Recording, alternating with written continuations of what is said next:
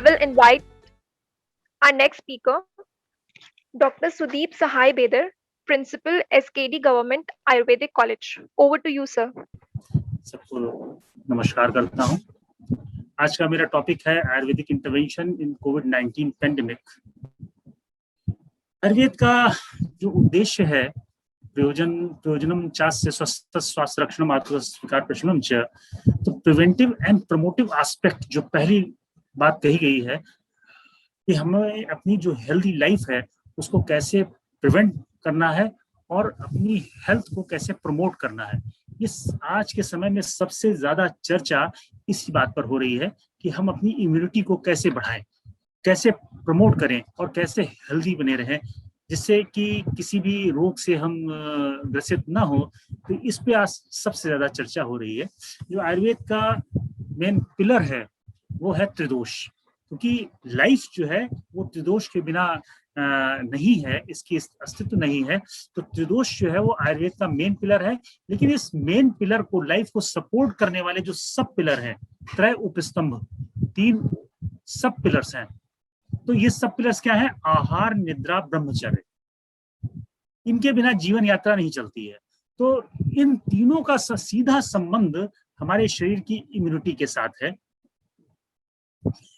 पहला बात जो है वो आहार की बात हम लोग करें कि आहार ही औषधि है, कि बिना आहार के हम जीवन यात्रा नहीं चलती, और इसलिए इसको महाभयषज्य कहा गया है। यही औषधि है। और जैसा हमारा आहार होगा वैसा ही हमारा शरीर होगा और उसी के अनुरूप हमारे विचार भी होंगे। तो कहते हैं जैसा अन्न वैसा मन। एक लोलिम्बराज का एक बहुत ही मशहूर वर्ष है, पथ्ये सति गदार्थस्यम किम औषधि निवेशनम, पथ्ये असति गदार्थस्यम किम औषधि निवेशनम, कि अगर पथ्य का हम सेवन करते हैं तो फिर किसी औषधि की आवश्यकता क्या, और अगर पथ्य का सेवन नहीं करते हैं तो फिर औषधि क्या करेगी। अर्थात बिना पथ्य के औषधि भी कुछ नहीं करेगी। पथ्य ही हमारा महा औषधि है, महाभयषज्य है। तो आहार कैसा हो, इसको संक्षेप में अगर हम कहें तो मितभुक, हितभुक और ऋतुभुक। मितभुक मीन्स थोड़ा खाएं, जितनी हमारी भूख है उससे थोड़ा कम आहार का सेवन करें। हितभुक क्या खाएं? हितकर आहार खाएं, जो पथ्य है, जो हमारे लिए आवश्यक है, जो हमारे लिए जरूरी है और जो किसी भी प्रकार का शरीर में बाधा उत्पन्न न करे, ऐसा आहार का सेवन करें। और ऋतुभुक, ऋतुभुक मीन्स ऋतुओं के अनुसार, जिस देश में जहां पर हम रहते हैं उस स्थान पर उत्पन्न होने वाले उस ऋतु में जो भी आहार है, उन फल है, अन्न है, उन सबका सेवन ही ऋतुभुक है। संक्षेप में हम इसलिए मितभुक, हितभुक और ऋतुभुक की बात करते हैं। चरक कहते हैं मात्राशी स्या, मात्रा पूर्वक आहार करने वाले बनो, कि हमको आहार जो है वो मात्रा पूर्वक करना चाहिए। और आहार की मात्रा जो है वो अग्नि के बल की अपेक्षा करती है। आहार मात्रा क्या है? जो एक समय खाया हुआ भोजन अगले समय भोजन काल पर पच जाए और बिना किसी बाधा के, कोई बाधा भी उत्पन्न न करे, तो पच जाएगा। पचने का अर्थ क्या है? उस समय हमको जो अगला भोजन काल उपस्थित हुआ है तो उसमें हमको फिर से अच्छे से भूख लगे, यही आहार की मात्रा है। और हमारा भोजन कैसा होना चाहिए? संतुलित होना चाहिए, षड्रस युक्त होना चाहिए। सभी प्रकार के मीठे, नमकीन, खट्टे, कड़वे, तीते, कसैले, जितने भी रस हैं, 6 रस हैं, इन 6 रसों का उसमें कॉम्बिनेशन होना चाहिए कि दिन में किसी न किसी रूप में हमको ये सभी रस हमारे अपने भोजन में शामिल होने चाहिए। तो जैसे अग्नि हमारी दीप्त रहे, इसका बहुत बढ़िया उदाहरण देकर के कहते हैं कि जैसे हम यज्ञ करते हैं तो यज्ञ करते समय उसमें समिधा डालते हैं, सामग्री डालते हैं। तो अगर समय पर और प्रॉपर मात्रा में हम सामग्री डालते हैं तो हवन की अग्नि जो है वो प्रज्वलित रहती है। लेकिन अगर कम मात्रा में डालेंगे तो प्रज्वलित नहीं होगी, या एक साथ बहुत सारा डाल देंगे तब भी अग्नि बुझ जाएगी और धुआं धुआं चारों तरफ हो जाएगा। तो ऐसे ही हमारी जो शरीर की अग्नि है, ऐसे ही जो हमारे शरीर की अग्नि है उसको भी हमें प्रज्वलित रखना है। तो समय पर भोजन करें, काल भोजी हो और मात्रा पूर्वक आहार करें, ये बहुत जरूरी है। इसके साथ ही साथ जो दूसरा उपस्तंभ है निद्रा, कि निद्रा इत्थम सुखम दुखम पुष्टिकार्ष बलावलम वृष्टा क्लीवता ज्ञानम अज्ञानम जीवितम न च, कि निद्रा के अधीन है सभी सुख दुख, शरीर का पोषण, कार्य, बल अबल, वृष्टा क्लीवता, ज्ञान अज्ञान, जीवन मृत्यु, ये सब निद्रा के अधीन है। तो अगर हमको अपने शरीर का बल बढ़ाना है तो प्रॉपर स्लीप बहुत जरूरी है। 6 से 8 घंटे की जो है वो प्रॉपर स्लीप हमारी अवश्य होनी चाहिए। और तीसरा उपस्तंभ है ब्रह्मचर्य। ब्रह्मचर्य को बहुत से लोग सेलिबेसी से जोड़ते हैं, लेकिन ब्रह्मचर्य उससे कहीं व्यापक शब्द है और इसका सीधा संबंध हमारे मानसिक स्वास्थ्य के साथ है, हमारे विचारों के साथ है। तो अगर हम मानसिक बल को बढ़ाना चाहते हैं तो निश्चित रूप से ब्रह्मचर्य उसमें बहुत बड़ा योगदान देता है। हमारे आयुर्वेद में 3 प्रकार के बल कहे गए हैं, सहज, कालज और युक्तिकृत।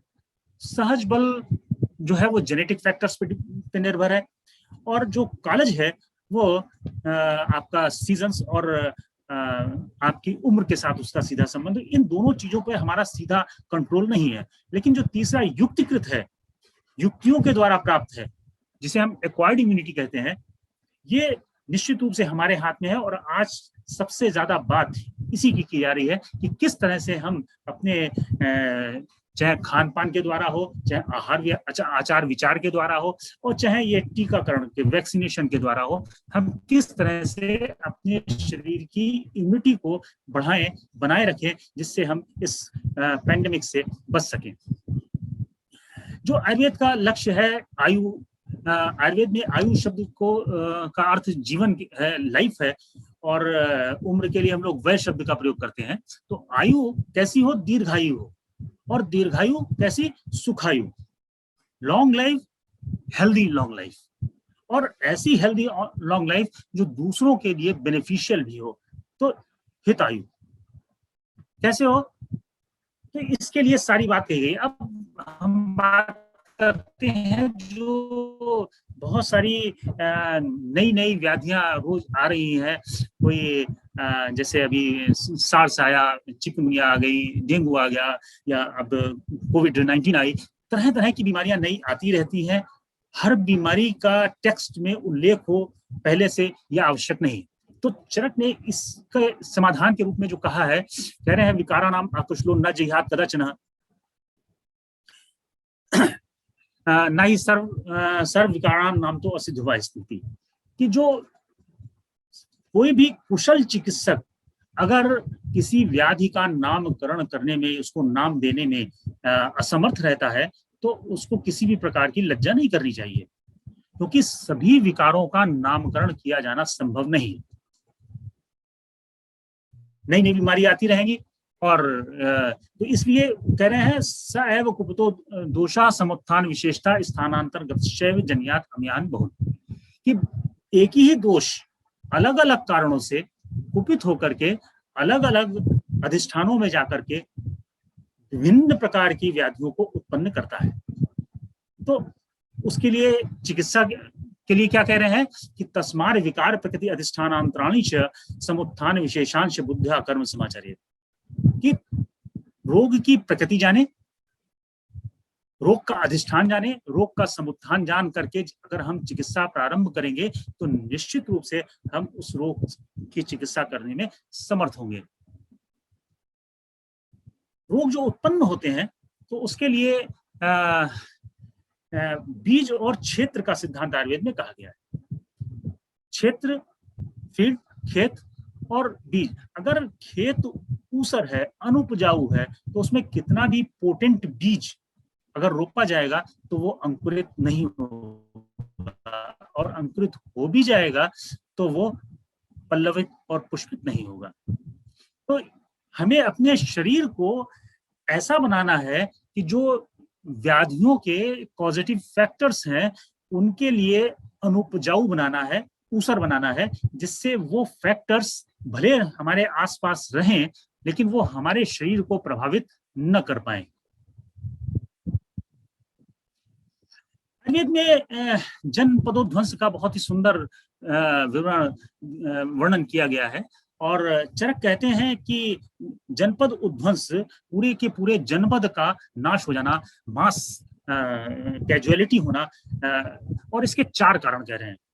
जलवायु और देश काल का विकृत होना, और इनके जो विकृति के का मूल कारण कहते हैं, कह रहे हैं कि अधर्म, अधर्म है। अधर्म क्यों है? लोभ के कारण।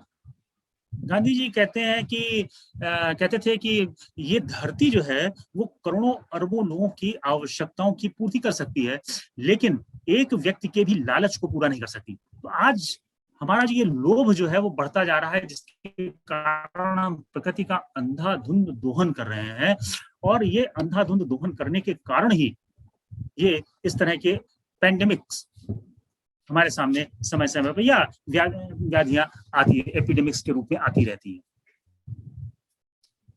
तो ये जो कोविड-19 जो है, ये नोवल डिजीज है, तो इसमें जो दोष है वो वात कफज है, और इसका जो अधिष्ठान है वो चेस्ट है, और डिफरेंट सिम्टम्स हैं इसमें। कुछ कॉमन सिम्टम्स हैं, कुछ लेस कॉमन सिम्टम्स हैं, कुछ सीरियस सिम्टम्स हैं, कुछ कॉम्प्लिकेशंस हैं। तो किसी भी व्याधि की चिकित्सा करने से पहले हमें ये जानना जरूरी है कि वो व्याधि की हम चिकित्सा करने में समर्थ हैं या नहीं है। चरक ने चिकित्सा स्थान से पहले इसीलिए इंद्रिय स्थान का वर्णन किया है, और उसमें वो सारी कंडीशंस कही हैं कि जो आपको जिनकी प्रोग्नोसिस ग्रेव है, बहुत अच्छी नहीं है, तो उन सारी कंडीशंस का वर्णन इंद्रिय स्थान में किया है, और फिर चिकित्सा स्थान, और हर रोग की चिकित्सा से पहले भी रोग की साध्यता कही है। तो हमें ये जानना जरूरी है कि हम किन कंडीशंस में चिकित्सा कर सकते हैं और किन कंडीशंस में चिकित्सा हम नहीं कर सकते हैं। ये जानना सबसे जरूरी है कि किन की चिकित्सा नहीं करनी है या नहीं कर सकते हैं, या हमारे पास उपलब्ध संसाधन है उन संसाधनों में नहीं कर सकते हैं। तो अगर हमारे शरीर का रोग ठीक है, बढ़िया है, और पॉजिटिव फैक्टर्स जो हैं वो कम है, और जो लक्षण उत्पन्न हुए हैं वो भी माइल्ड हैं, और किसी प्रकार का उपद्रव नहीं है, तो ऐसी व्याधियां जो है वो इजिली सुख साध्य हैं, इजिली क्योरेबल हैं।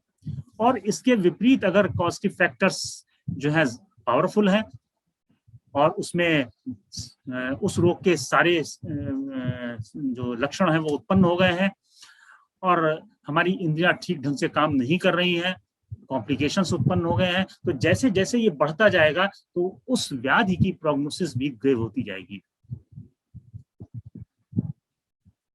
इस समय भारत सरकार की ओर से जो प्रोटोकॉल है प्रोफिलैक्टिक यूज के लिए, उसमें अश्वगंधा का प्रयोग, और गुड़ची, इसी गुड़ची घनवटी, इसी को संशमनी वटी भी कहते हैं, गिलोय घनवटी भी कहते हैं। इसका संशमनी नाम इसलिए है कि ये संशमन करती है तीनों दोषों का, वात पित्त कफ तीनों दोषों का संशमन करती है, इसलिए इसका नाम संशमनी वटी, और इसका प्रयोग हम लोग खूब कर रहे हैं।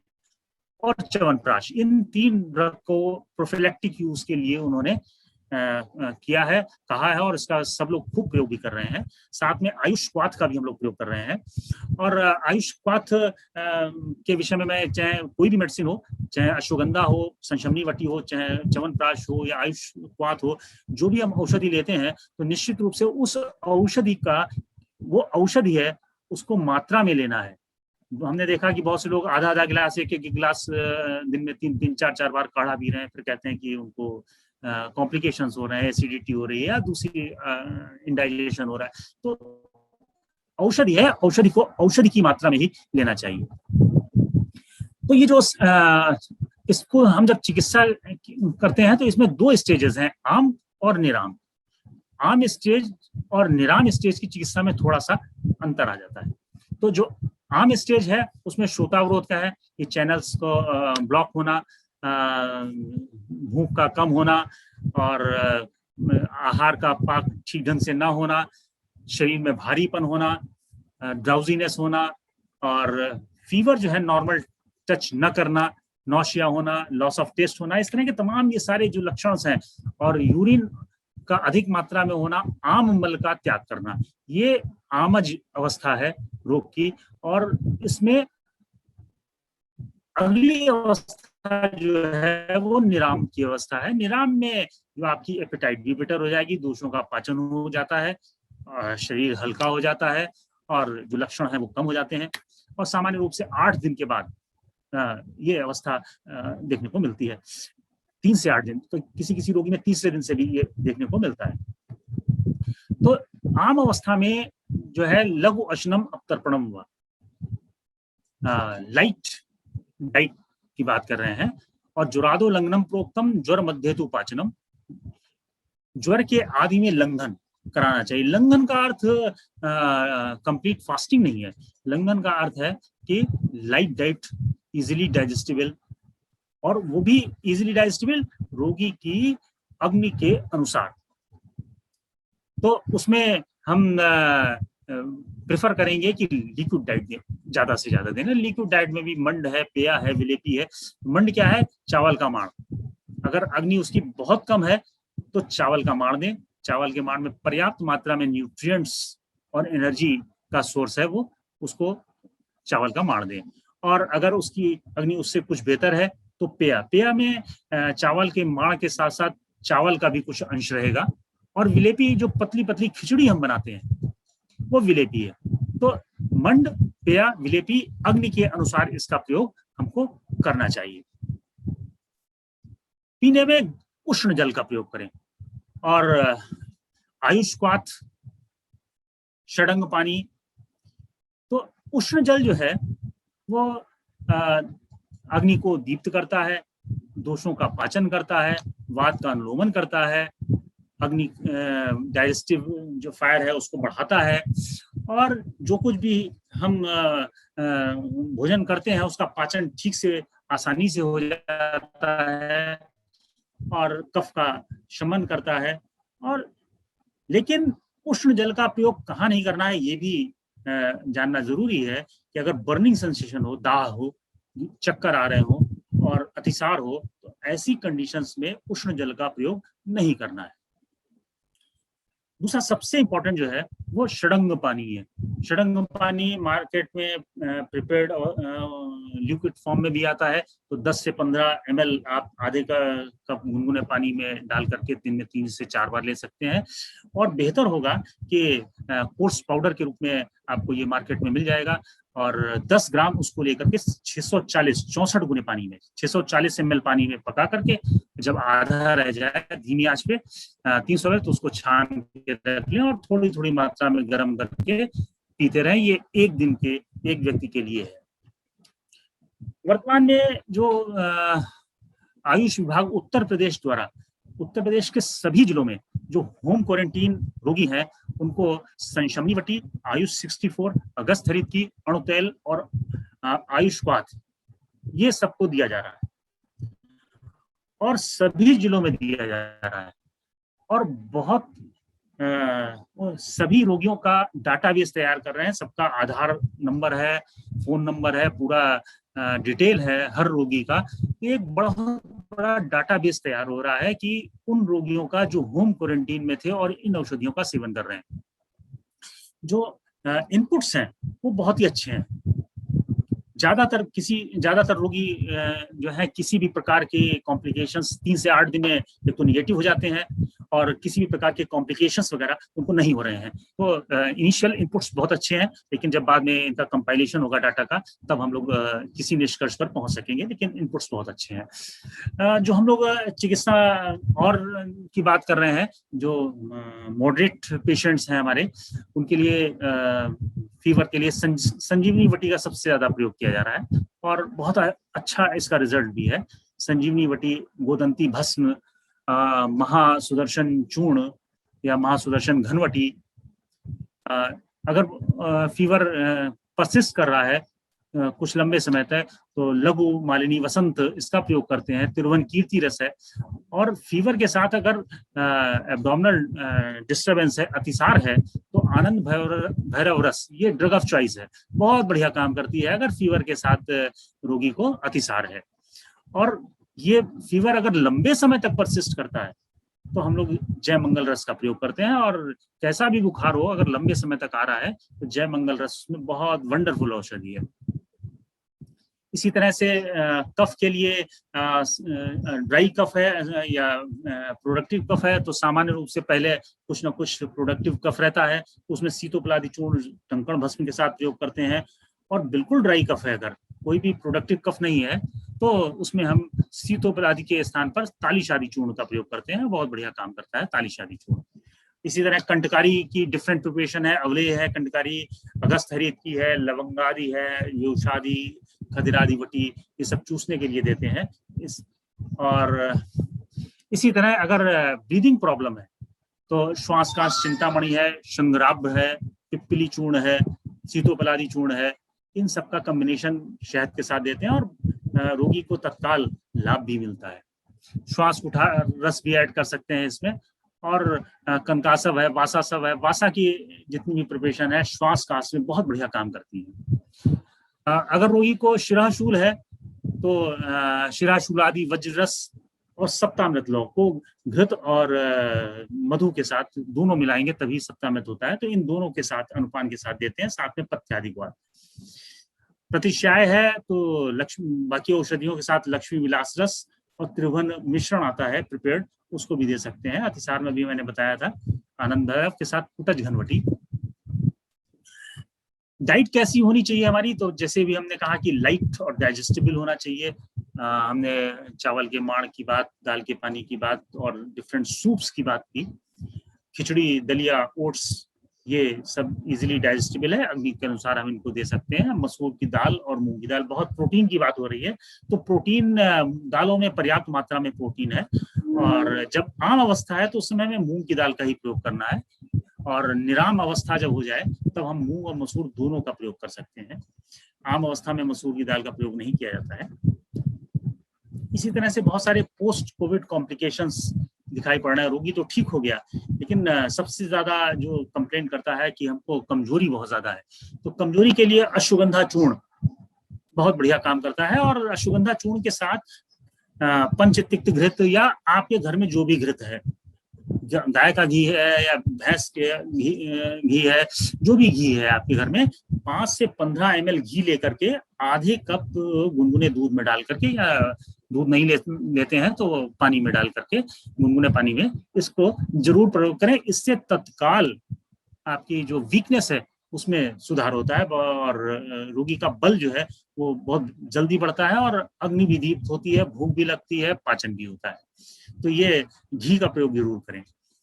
इसी तरह ड्राई कफ की बात अभी हमने की थी, हेडेक की भी बात की थी, इसके लिए ब्रीदिंग डिफिकल्टी की बात भी हम कर चुके हैं। लॉस ऑफ एपेटाइट होने पर, भूख न लगने पर, अगर उसके बाद भी भूख नहीं लग रही है तो चित्रकादि वटी, जो इसमें नमक की मात्रा ज्यादा है तो बीपी के अगर पेशेंट है तो अग्नितुंडी वटी का प्रयोग कर सकते हैं।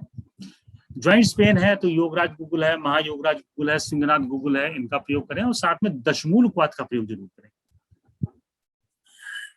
एक जो प्रॉब्लम दिखाई दे रही है सबसे ज्यादा, वो लॉस ऑफ कंसंट्रेशन है, स्लीप प्रॉब्लम है, एंजाइटी, डिप्रेशन, ये सारी भी पोस्ट कोविड में दिखाई दे रहे हैं। तो अश्वगंधा चूर्ण का प्रयोग करें, और साथ में मेडिटेटिव एक्सरसाइजेस और भी दूसरे जो व्यायाम के तरीके हैं उनको भी जरूर करें। और योगासन, प्राणायाम, ये निश्चित रूप से मेडिटेशन में बहुत ज्यादा हेल्प करते हैं। एक ब्लैक फंगस की बात इस समय बहुत ज्यादा चल रही है, तो क्यों है, इसमें बहुत सारी डिस्कशंस हो रहे हैं, मेडिसिन की वजह से ओवर यूज है या क्या है, लेकिन हमको जो ओरल हाइजीन है वो मेंटेन करके रखनी है। इसके लिए एक हल्दी पाउडर ले लें, सैंधव लवण ले लें, और सरसों का तेल ये मिला करके मसूड़ों पे मसाज करें। और एक जो पल्पिटेशन की बात रोगियों में बहुत ज्यादा दिखाई दे रही है, तो जो 60 से ऊपर एज के लोग हैं या जो हृदय रोगी हैं, उनके लिए विशेष रूप से अर्जुन जो है वो बेस्ट टॉनिक है, कार्डियक टॉनिक है, और इसको सेवन जरूर करें। इससे जो भी रोगी है प्रयोग करता है और तत्काल उसको लाभ भी मिलता है, और वो अच्छा महसूस करता है। मैं अपने प्रदेश सरकार का और केंद्र सरकार में ही माननीय प्रधानमंत्री जी, माननीय मुख्यमंत्री जी ने जिस तरह से इस कोविड की लड़ाई को फ्रंट पर आकर के लड़ा है, और हमारे जितने भी कोविड वॉरियर्स हैं, डॉक्टर्स हैं, पैरामेडिकल्स हैं, मैं जिस तरह से इस लड़ाई को दूसरे वेव में विशेष रूप से जब बहुत ज्यादा केसेस थे उसमें मुकाबला किया है, वो सब धन्यवाद के और बधाई के पात्र हैं। और मैं पुनः आप सभी आयोजकों को और विशेष रूप से डॉक्टर राजीव मिश्रा सर को धन्यवाद देता हूं कि उन्होंने मुझे अपने विचारों को शेयर करने का मौका दिया। बहुत बहुत धन्यवाद।